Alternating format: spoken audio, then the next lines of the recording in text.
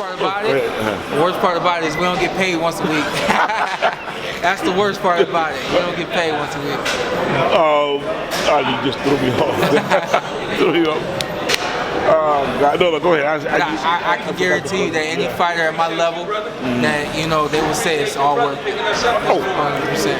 You're training camp, yes, and you're planning, you're working, Keith. Yeah. Freddie Roach, I'm picking up a lot of stuff. Freddie Roach told me this. He said, well, I sit down with Pacquiao and I watch the films. I said, well, what do? You watch the styles? He said, no. I watch the mistakes that they make within the style, and I make my film. When you watch films, or if you watch films, that's the same strategy? We started training with Manny early in my career. I think I might have been 12-0 or something like that. Wow. And so we were fortunate enough to learn from both those guys, not just Manny in the ring, but also Freddie Roach outside the ring. Watched a lot of film with Freddie, and I was kind of, he taught us some things on how to watch film, what you look for, things of that nature. So I can say that yes, I watch film, and look, I look for tendencies. I look for the good and the bad. Some people look for just the bad. I look for the good too. But I've learned that from Freddie, that you have to pay attention to what a guy does wrong and how you can capitalize on it, and then also what he does well, and how to defend it. Finish training, you have a battle plan, you go in, beam. Planning doesn't work. Are you prepared to go for planning, plan B and plan C, to make sure you pull victory out of the feet? Yes, sir. I've learned that from past experiences that's the key to victory, especially in this fight with a guy who is unpredictable, who is kind of, can be hard to read. I plan to, do everything that it takes to, ruffle his feathers and make him hard to get into a comfort zone, but yada, yada, yada. The game plan is to go from A to B to C to D, back to A if need be, and so on and so forth. And I have that in my mind. I've already accepted that I need to do that. So yeah, I'm ready to do that. What did you learn from your loss at Cobra? No, I'm sorry. Exactly what I said to you. Exactly what I said to you. There comes a time where you have to make adjustments. I didn't make adjustments against Cobra. That's what I learned from that fight. Shawn, who's the trickiest fighter you ever fought, and who did you learn the most from? Trickiest fighter? I would have to say it's not a fight, but it would be Shane Mosley. I've done enough rounds with Shane to say we've done enough for it to be worth the fight.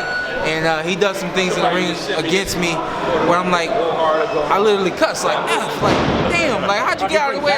Yeah, like, yeah, he brings that out of because but I'm that competitive when I spar against him, He's been the trickiest, and he's really helped me. He's taught me some things. And would you say the hardest? Yeah, that you learned the most from. Learn the most from would also be Shane for the same reason. He actually ran out of the gym on me the other day. He had some things to do, but he usually, what we do is we'll do 6, 8, 10, whatever we do, and then afterwards we'll talk about what we did, and laugh about a lot of it, and it's that competitive that I make him miss by that much, and then there's times where I make him miss and he adjusts his punch and still hits me, and right after that I slap gloves with him because I'm mad that he hit me with it, but he's able to teach me while working with me. I seen some of the sparring videos. I saw you got caught with like one big right hand, stumbled you a little bit, and then you guys got right back. But yeah, if you look at my reaction, I was so mad because I knew what was coming. There's nothing better than knowing what you read into somebody, knowing what they're gonna throw. I knew what he had. I knew what he was gonna do. I made my move, and he adjusted to it and still hit me. And I was leaning down, and he came down with the punch, and so I was kind of off balance. But I remember right after that, I was like, "Ain't that about it, man?" I was like, I did something great, and you did something greater, So that's what he does, man. He really is a great fighter. He's got something left in the tank. What is it about Shane? I know you said the speed and the power, and he's somebody you always, admired. You want to be like, what's the tricky part? What's the, You know what? One thing I learned about him recently is you have guys who can turn it on and turn it off. He is someone who can he'll walk you around the ring for half the round, and then when he wants to turn it on, he will turn it on. Some guys, you see him get ready to turn it on, and you can take a back step and then they'll let it go. I missed my opportunity. He goes for the opportunity and he gets it. There are times when we're working and he'll turn it on, bop, bop, and then he'll move right back out and does what he wants to do. And I'm like, you know, that's the masterful part of boxing, where you can do what you want to do when you want to do it, control a guy, and still, you know, keep a guy at bay, and you know, even a guy as fast and strong as me, be able to compete with a guy like me. You know. All right. So with that said, who's the quickest fighter you ever fought? I mean, off the punch. Off the punch. Would either be Manny Pacquiao or Adrian Broner.